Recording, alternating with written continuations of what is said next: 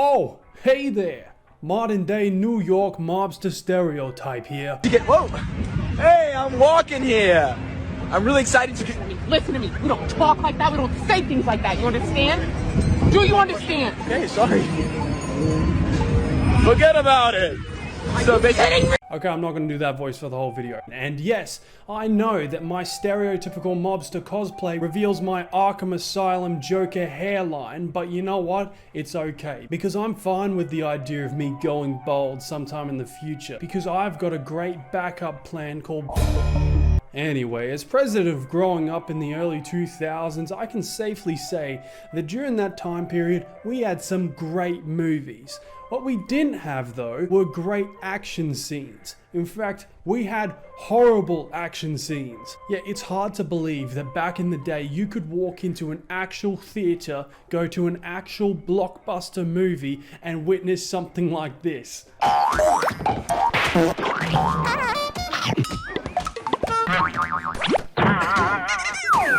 It was shocking, but we didn't know anything better. We were just used to the shaky cam until one man came along and changed everything. And that man's name is John Wick. And I'm sure I don't need to explain what came next. There was a dog, a pencil, a man looking for revenge, and the rest was history. John Wick was a low-budget success that spawned a franchise of varying quality, but a franchise nonetheless. We got announcements for 1 million movies in the works. We got a comic series, news of a TV show, the whole shebang. So it was only a matter of time before we got a John Wick game. Now if I were a betting man and you asked me if I would put money down on the idea that you couldn't make a bad John Wick game, I'd say, yeah, here's my life savings. I mean, it's John Wick. If there was ever a property to be made into a video game, it was Mr. Wick himself. However, after I've given over my life savings, I'd immediately start crying after you inform me that there is a John Wick game. And it's a turn-based strategy game. And that's about the only introduction you need to a game like John Wick Hex, just because the entire game, even down to what genre it is a testament to the fact that the devs didn't know what the hell to do with the John Wick IP. Okay, so I'll take a step back. In 2020, Lionsgate Games released John Wick Hex to mixed reviews, and it bloody deserves them because this game is the biggest nothing burger I have ever consumed in my life. It follows John Wick, shocker, as he tracks down Winston and Sharon, who have been kidnapped by the mysterious crime kingpin known as Hex. By the way, with Lance Reddick's character, I don't know how to say his name. People on Reddit say it's Karen. I tried looking for a moment in the movies where John says the dude's name. Lance Reddick says it's Sharon. Sharon is a survivor and he's got a killer instinct. I just can't do it. I can't take this shit no more, man. I mean, I didn't even know he had a name. I thought his name was just like the concierge. I thought that was what he was known as. But whatever, little tangent over. I'm just gonna call him Sharon, okay? Back to the game. So this game takes us through 6 areas, all with around 6 levels in them. And that's about the whole premise. John goes somewhere, kills someone, gets another clue as to where Hex is, and then moves on. There isn't a whole lot to the story of this game, so I'm gonna just get right into it. The game starts with Winston, Sharon, and Hex sitting in a room. John fucking Wick. Indeed. Fuck. He's quite the imposition, is he not? Surely you must have known our disappearance would not go unnoticed. Well, sure. I assumed your high table would try. Put up a contract, send someone sniffing around. I didn't think they'd dispatch the devil. What? You didn't think that the high table wouldn't send their best guy when 2 of their operatives that are essential to their New York operation are kidnapped? What? I presume our present location is not on any maps. None. Nobody knows about this place. That's probably why your friend started searching at Edgar Wu's place in Chinatown. Mr. Wu is in your employ? He was. He ran everything south of 14th. Made no secret of our relationship. Hell, he was proud of it. I honestly believed that Hex, you, were a fiction, a myth, to keep the stuff in line. I worked hard on that, staying out of sight. Until you decided to kidnap us. Yeah, until then. You have a higher purpose, and that purpose requires certain theatrics. I always did enjoy a little theatre. Yeah, so to start, you might notice that Hex is talking in the past tense when talking about what John has done on his journey to get towards Hex. And that's because, spoiler alert, all levels in the game, except for the last one, have already happened by the time any of the cutscenes in the game take place. And so with this info, you're going to see in real time as this game's entire story falls apart every time we go to a cutscene. It's actually, it's unbelievable. It's a sight to behold. But apart from the writing, this is where the gameplay starts after this cutscene. So on paper, Hex's gameplay is actually pretty interesting. Everything that happens in the game is linked to a timer, and when John isn't moving, time completely stops, allowing you to strategize your next move. And like I said, on paper, it's really interesting. The gameplay is kind of meant to show how John thinks and sees the world when he's fighting. And when you're playing, you need to be aware of the time it takes to move, to fire your gun. Like if an enemy sees you, depending on the weapon they're using, it'll take a certain amount of time for them to get a shot off. So as the player, it's up to you to decide. Is my gun a quick enough shot to kill this guy before he kills me? Should I retreat? Should I throw my gun at him instead?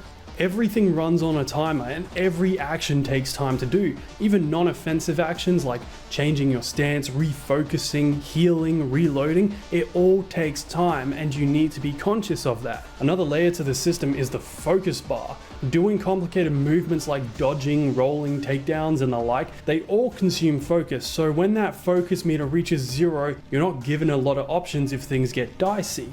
But the idea is that the player should be thinking about all this to create a tactically sound plan, which sounds great and all that, except for one problem. But we'll get to that later, because I have about 3 paragraphs dedicated to that one issue. Continuing on, John makes his way through Chinatown dispatching henchmen, and it's here that we meet 2 of the enemy types in the game. You have guards who carry pistols and act as your long-range red shirts. The other type are brawlers, which mainly just advance on your position relentlessly. These guys are tricky only because if they get too close to you, it's going to cost you 3 focus to dodge their attack. And yeah, you could go hand to hand with them, but then the guards might get a shot off, so you have to manage these guys like they are absolute pests. My solution was nothing fancy, just shoot them as soon as you see them, but sometimes enemies will walk into view just as you do it, so sometimes you'll have bitten off more than you can chew without you even knowing it. Anyway, so a little bit more murder later and we're on level 3, and we're introduced to the main way this story is going to be told outside of cutscenes. Edgar's boys are rather unpleasant, if I recall correctly. Who among our kind are innocent? We are murderers, thieves, and worse. Speak for yourself. We live by a code. There are rules. True. For those without the vision to transcend them.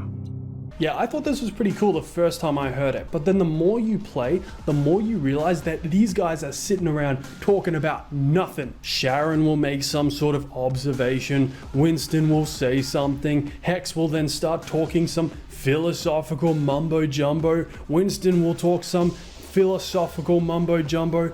Voice lines end. These voice lines don't really add much to the story at the end, and I guess at the bare minimum you could say that they inform you a little bit on Hex's character and his motivations, but as we'll find out, Hex's motivations are super shallow, and by the point that we're at in the story, when these cutscenes and these voice lines take place, his plan and motivations don't even matter. Anyway, John fights his way up to Hex's man in Chinatown and we kill him. It's nothing special, but we get rewarded with a cutscene.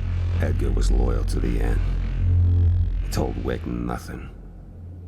A stronger man than many would be in his situation. I presume from your demeanor that this was not the end of Mr. Wick's search. Oh no. He'd barely begun. Why on earth did you bring us here, Hex?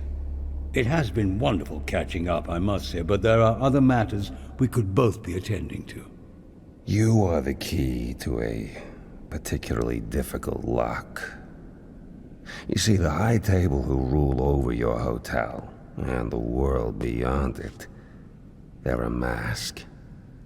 A polite facade, like all governments, over a simple truth. Power defines our place. Power defines our reality. The High Table has never been shy in this matter. All declare fealty. all must be of service. Well, maybe not all. All who wish to keep their heads? The powerful. You see, they don't respect those who bend the knee. They celebrate them, flatter them, give them titles and lands and the illusion of self-determinism, but they don't respect them. Power respects power.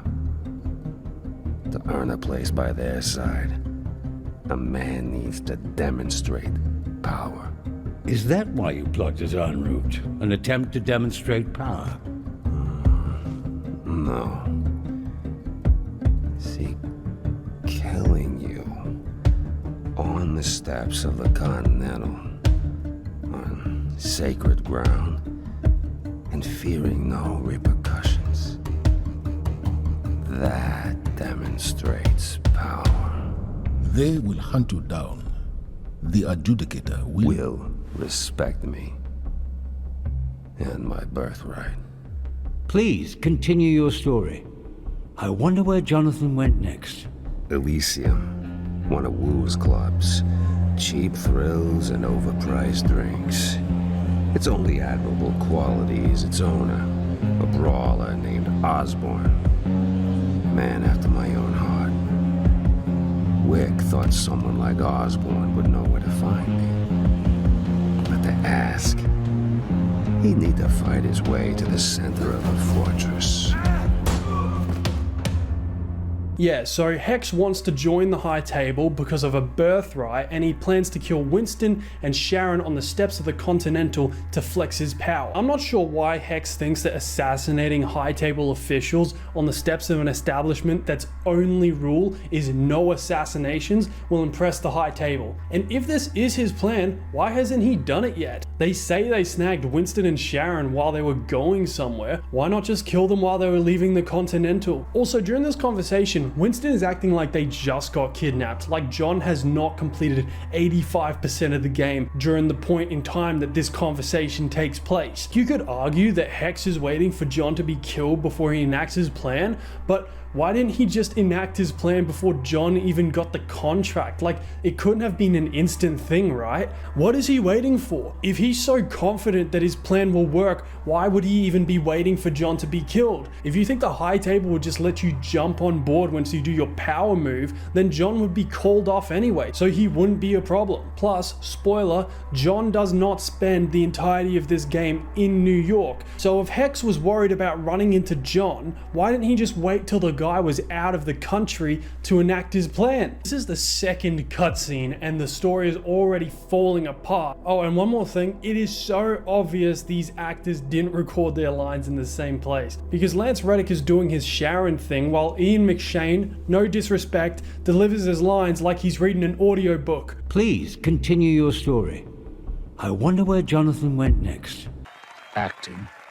Was the sound team just too scared to ask Ian McShane for a retake or two? It just kind of reminds me of Crime Boss Rockay City, how none of the actors even sound like they know what game they're in. 5 minutes, man. Let's kick it off. Game time.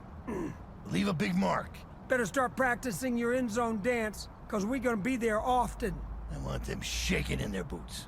See you in the end zone, mofo. Acting. Anyway, back to the game. We're fighting our way through the club called Elysium, and we kill, I don't know, a couple hundred more dudes. And I've got to say, the guy that made music for this game really nailed it. And yes, I know I'm saying something nice in a video that's all about roasting the fuck out of this game, but credit where credit's due, right? Hey guys, Brandos from the future here, specifically the guy from the future that is editing this video. Now, I was gonna include a few snippets of music from the game in this video, just to show how much I liked it. But as it turns out, this is one of those games that copyrights their soundtrack, so I can't play it for you. So good job, John Wick Hex. You took the only thing I was gonna compliment you on, and you made it so I couldn't show it off! Continuing on, we reach the top floor of the club, and we come face to face with the club owner, Osborne. Now, Osborne is a revolver class enemy, and revolver classes take 1.6 seconds to fire their weapon as opposed to the 0.9 it takes to fire a pistol. But the trade-off is that the revolver does really high damage. And then when you combine it with this next feature, things start to fall apart on the gameplay side. See, boss enemies have this little quirk where they can't be staggered. Now, I know I haven't mentioned staggering before, so you're probably thinking, what's the big deal? Well, in a game where most gunfights are won by shooting first, as long as your time to shoot countdown is lower than the other guys, then boom, you win. Because even if the other guy doesn't die from your shot, his action is still cancelled because you hurt him. It's the same with John too. If a guy shoots you first, then your action is cancelled. Pretty much what this means is that if you plan accordingly, you can play through the game relatively untouched. But this boss fight buff absolutely ruins that system though. Even if you get a shot off on a boss fight, if he's aiming at you, you'll be forced to trade damage. This is the first wrench in the whole plan accordingly system, because unless you dance around a piece of world geometry or getting close, you'll be forced to trade health with this guy. And you wanna know how I killed this guy? Well, it's easy. I abused the takedown mechanic.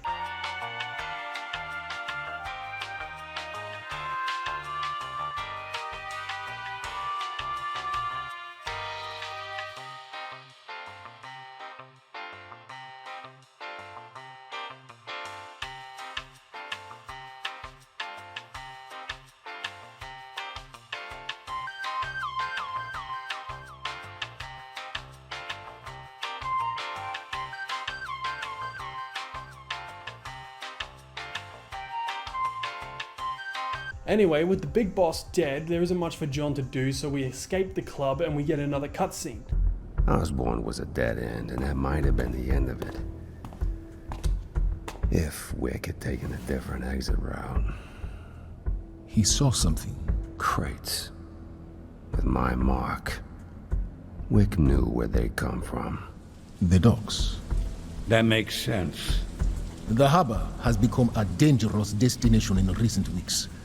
A war brews. Many dinner reservations. The king is dead. Long live the king. Drinking game. Take a shot every time a John Wick character says something pretentious. He had a daughter, a woman grown. I imagine she felt there was a birthright to be exercised. A contested birthright. They always are. They can test mine, too. You see, my blood is a promise. My father sat on the high table. It is my right to do the same. You're Noel Hochstetler's son. He lost his seat when I was just a young man. He didn't lose his seat. It was stolen from him. Oh no, I'm sorry, my boy. Your father deserved the justice that found him. He did unspeakable things, broke every rule we have. Kings set laws. They're not judged by them. I am sure that the new harbor master felt the same way. I use the past tense. I assume, given her later meeting with Mr. Wick, that this is appropriate. It is. A powder keg about to explode. And Jonathan, a man possessed by fire. If I was one of the guys that was kidnapped in this situation, my first question would be, where is John Wick right now? Why do Winston and Sharon care where John has been or what he's done? You could argue that they're trying to buy time by talking, but Hex isn't exactly in any rush to get to the Continental, and as we'll find out in a few levels, he doesn't even plan to go ahead with his actual plan anymore. So John Wick arrives at the docks, and honestly, it's really hard to talk about stuff that happens in these levels because nothing interesting happens. All this game is kill people, move to the next area. I think the most interesting thing that happens here is you get an SMG, and it's kind of cool. The only real issue I have with it is that no matter what, John always fires 3 bullets. No matter what. Like the world's greatest hitman can't tell when his target is straight up dead.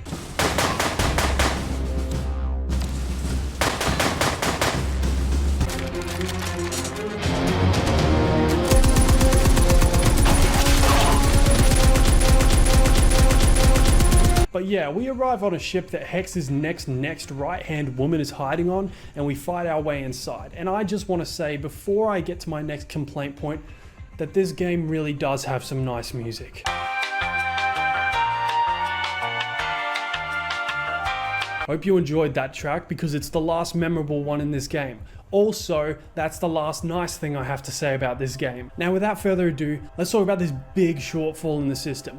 And that big shortfall is chance. You know how I was talking earlier about planning accordingly, making the smartest move possible, assessing your surroundings, and just figuring out a tactical, tight-knit plan? Yeah, well, in some weird attempt to add more depth to this game, they made everything chance-based. And sure, you might think, what's wrong with that? Smaller chances for hitting a target if they're moving seems reasonable, right? Yeah, it would be reasonable if it was just for shooting. And if it wasn't like playing a slot machine. Like, you tell me why John Wick has a chance to strike his target at point blank range. Is he gonna miss? Can you see John Wick missing a punch?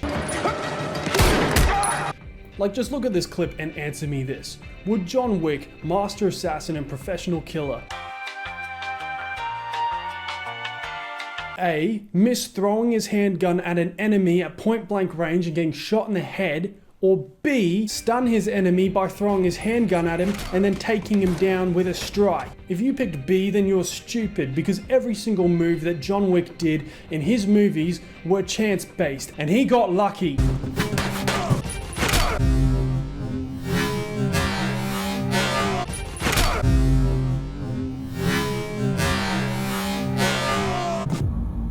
Hey! 75% chance for hitting a guy with a gun at point blank range? Really? See, this game wants you to feel like John Wick, taking no prisoners, planning masterfully, being the Baba Yaga. It promises that with a perfect attention to detail, you can be the guy that you see in the movies. And yet it just somehow never mentions that even if you do plan immaculately, you're always going to be subject to the god of percentages. Like, my plan with this guy was foolproof. I thought, tough spot. I'll stun this guy with my gun, take him down, take his gun, then continue on. This was not only the perfect tactical choice in this situation, but it was the only tactical choice in this situation. But the game just decided that John missed. We'll get into the whole illusion of perfection in about 2 levels, but this is really where it started to show for me. Anyway, so after we get to our next right-hand man and shoot her in the head 3 times, we get our next action-packed cutscene. She answered his questions, directed him to us. Pointed to the only person she knew could reach me.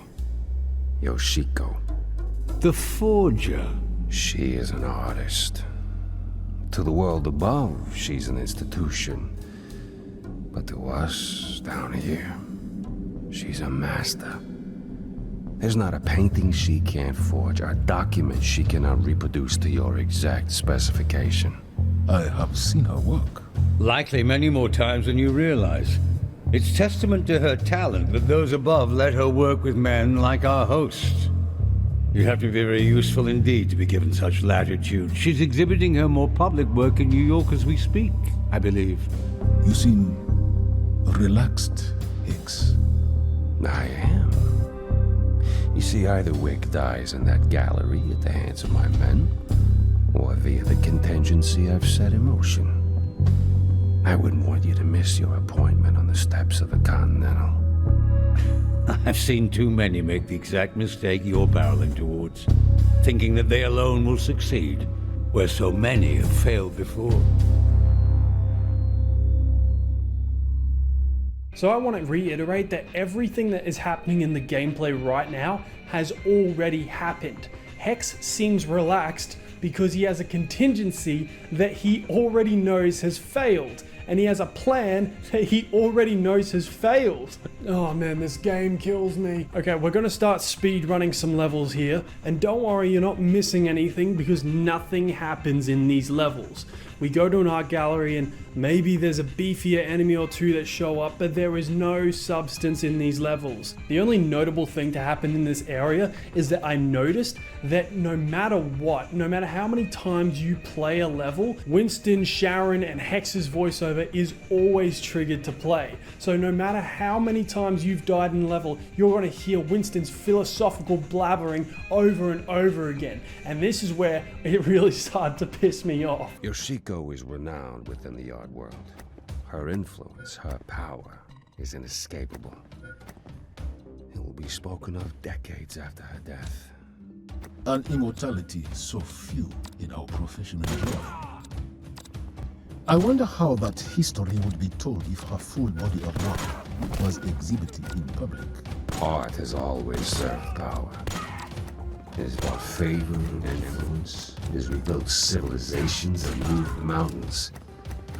It has killed old gods. In which case, John Wick belongs in the pantheon. Belongs I in the... look forward to exhibiting a posthumous retrospective of his work. Shut up! Shut up! Shut up!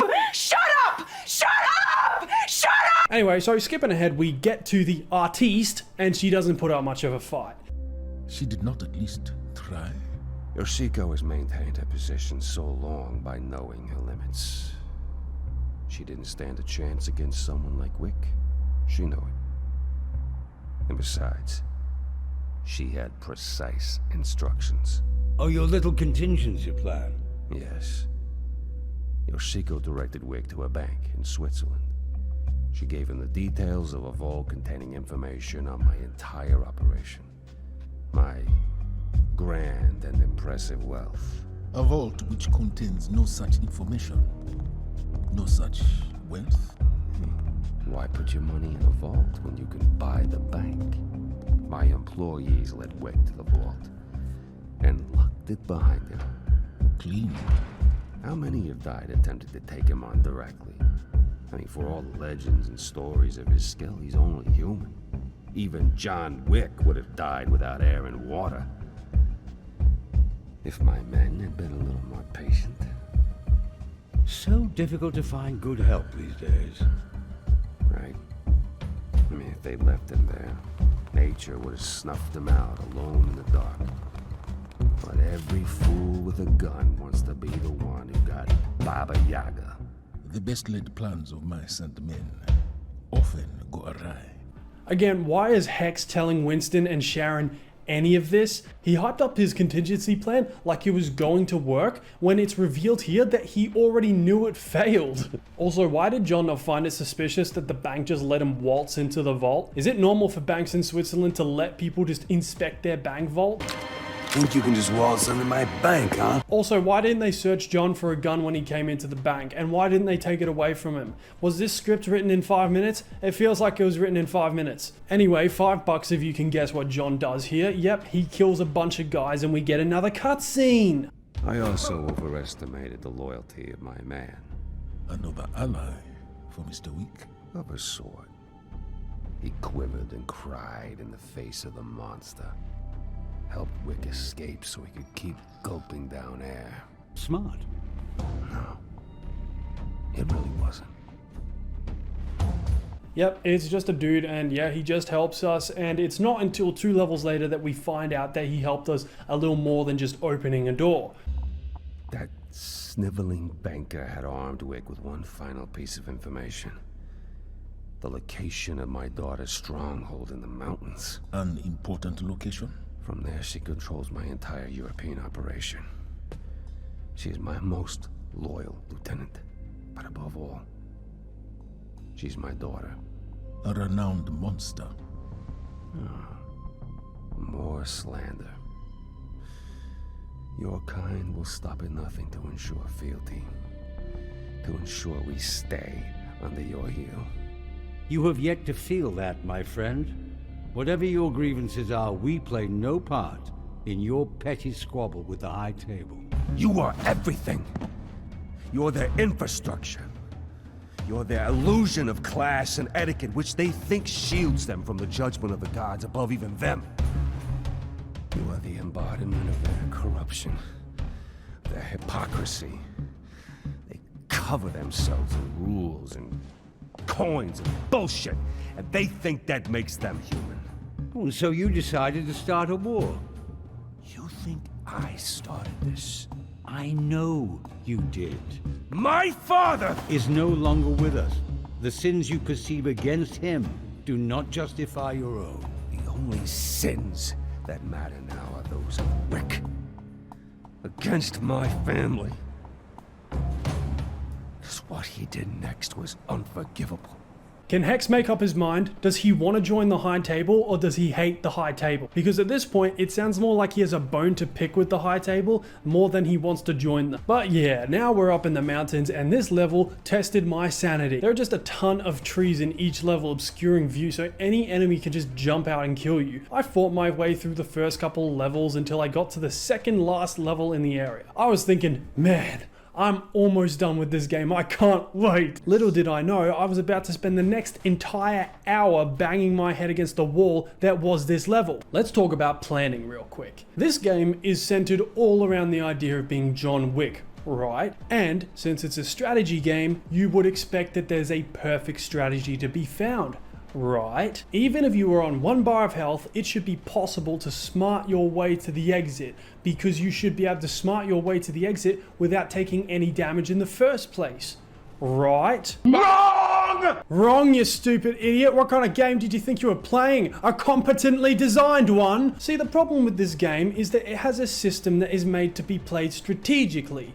but the game is not made strategically. There are situations in this game where you have to take hits with the fault not being your own. The developers put you in possible situations where the brawlers will get you if you go after the guards, and the guards will get you if you go after the brawlers. And even if this was meant to be a game where you learn enemy positions, that's not a thing, because enemy locations change when you die. So your options are cheese the game and use as many ass backwards techniques as you can to get through the level, or restart the full area and do better, you dumbass. And I've got to say, that's not very John Wicky, is it? I died so many times the dialogue started to sound weird. The things she did.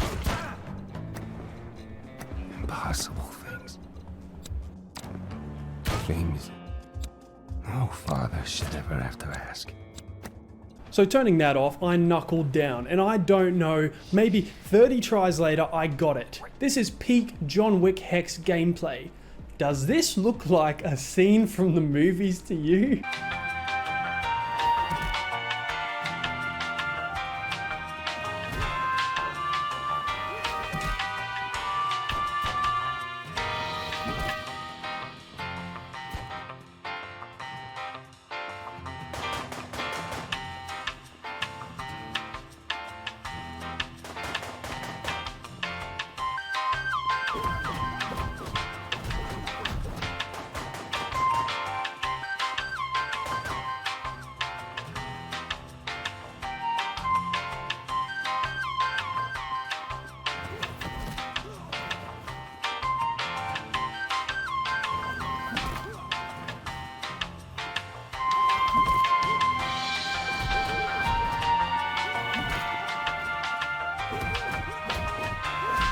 After this level, the rest of the area is a cakewalk. We go find Hex's daughter and we turn her into a human ragdoll.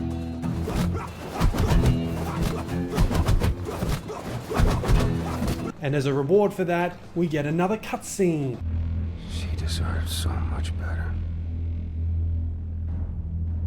The seed I'm doing this for was meant for her.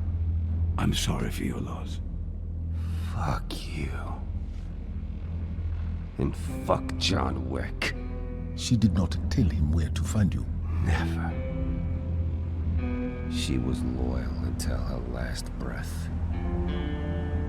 Wick's search ended there, blinded by ice and snow.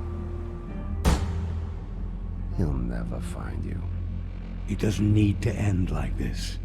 If you let us go, mercy is a possibility. Where was mercy for my daughter? Without her, my birthright is useless. It's done. I'm done.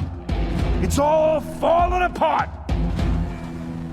All I want now is for him to die, and you both to watch. You cannot possibly think you stand a chance. My man in Switzerland saw Wick catch a plane back to New York. He just landed. I think you're about to do something exceptionally foolish. So be it. I'm under City Hall Station. Come find me, you little shit. I'll be here soon. What? These cutscenes are so weird. Why are they written like this? Why do they raise so many more questions out of a relatively simple plot line? Why does the grief of Hex's daughter being murdered only catch up with him when he talks about it? Because technically, she's been dead for the entire time we've been watching any of these cutscenes. Why was he gloating about his plans to Winston and Sharon at the start of the game if he already knew that his daughter was dead and knew that his plans would not be carried out? Is he talking to John on that red phone? Is that what the red phone's been for this whole time? Why? How? Does Hex realize that he could have enacted his plan any time before John Wick got on a plane to Switzerland and killed his daughter? Doesn't he know that he could have done his plan while John was in the air? If Hex didn't want to put his daughter in danger, then why did he spring a trap for John in the area his daughter lives? Does Hex realize that his current goal of killing John Wick would not even be a priority if he had just enacted his plan before John even got the contract? Why go on a suicide mission and give John exactly what he wanted just because he messed up your already failed plan? Especially if John didn't have any leads.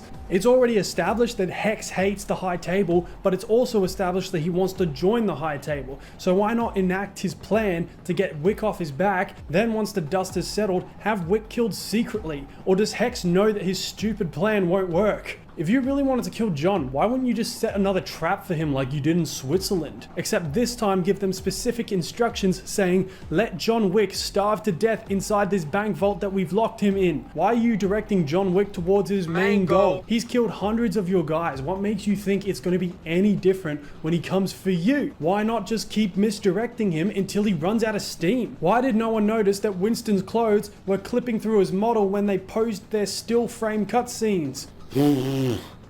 Look, I'm just gonna say, I think it's because the devs didn't give a shit about the gameplay, the story, or anything close to that. Life like this sure is sweet, huh? It definitely is. Because all of this comes to a head and really shows in the next level. Oh. So finally we know where Hex, Sharon, and Winston are, and we begin fighting our way through the underground tunnel. This area is amongst the easiest because they give you the best weapons in the game while pitting you against waves and waves of stupid enemies. Like sure, the devs would straight up set you up for failure before, but they couldn't even be asked to do that here. They just placed enemies everywhere and called it a day. Anyway, besides a crash, I kind of breezed through this area.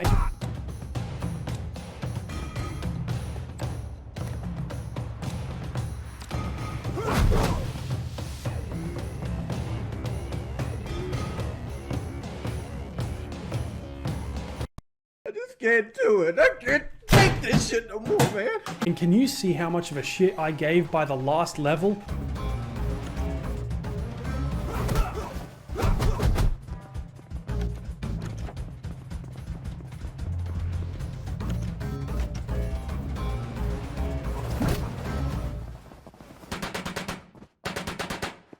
Yeah, I was fully engaged and immersed, and why wouldn't I be? I was about to step into the presence of the one and only Hex.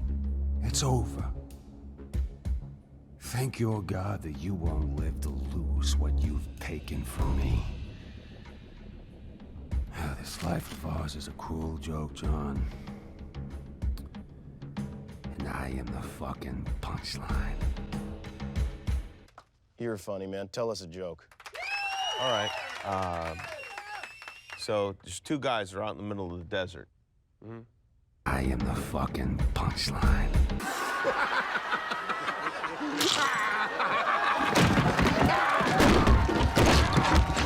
You know what? I'm being too harsh. Hex is a punchline, but the joke's about him to begin with.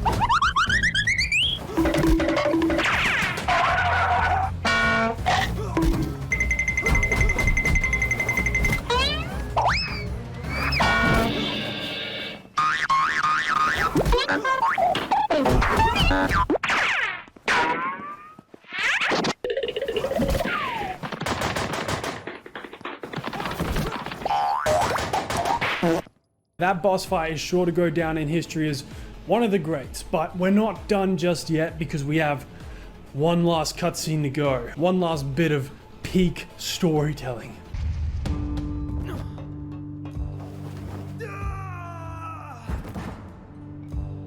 Jonathan. A pleasure to see you again, Mr. Wick. A visit to the hotel, Doctor, perhaps.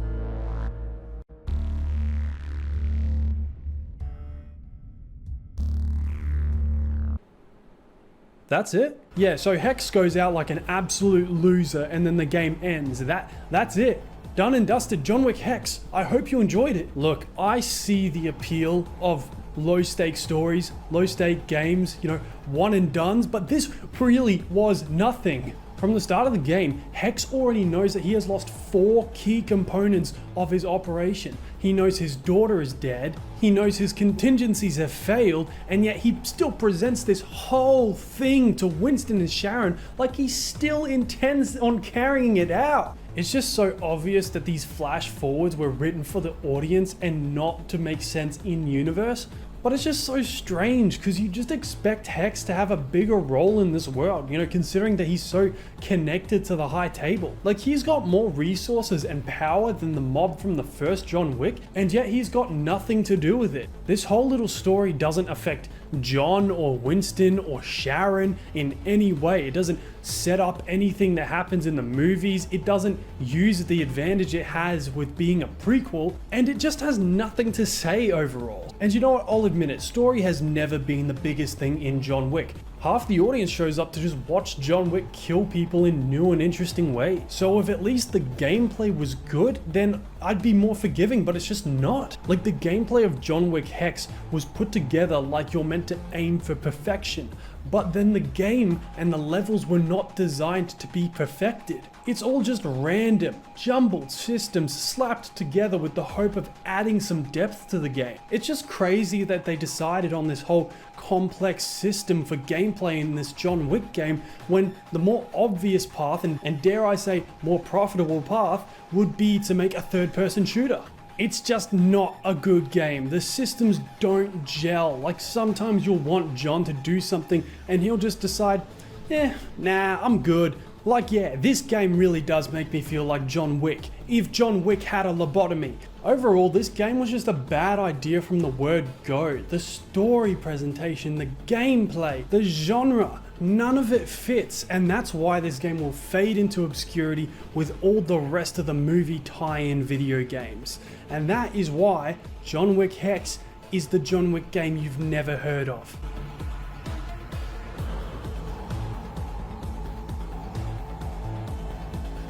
That is a lot of hair gel. Hey everybody, thanks for watching the video. This game is horrendous and I'm glad this video is done because I never want to talk about this piece of shit again.